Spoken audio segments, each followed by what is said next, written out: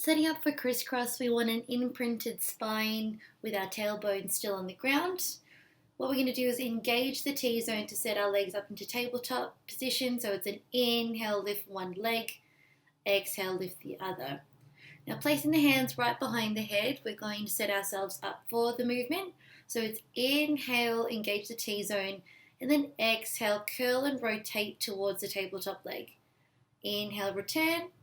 And then exhale, curl and rotate towards that opposite tabletop leg. Inhale, return. And then exhale, curl and rotate. Inhale, return. So remember, it's just a tightening of the ribs with a rotation, all while trying to maintain that tailbone on the ground. Keeping that T-zone engaged and just moving with the breath. If you're having a little difficulty trying to maintain the T-zone or trying to keep that tailbone on the ground, you can just keep both feet on the floor as you curl and rotate towards the lifting opposite tabletop leg. You're still moving with the breath. You're still keeping that tailbone on the ground. Oh, just a repeat rep over there. And we're still keeping our T-zone engaged.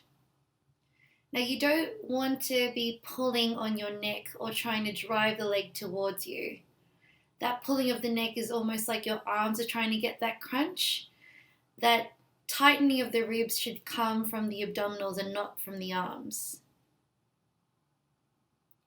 You also don't want to lose your tailbone connection to the ground, because that'll make it trickier for you to engage the T-zone, and you'll find that it actually starts to dome the belly outwards rather than tighten the pressure in.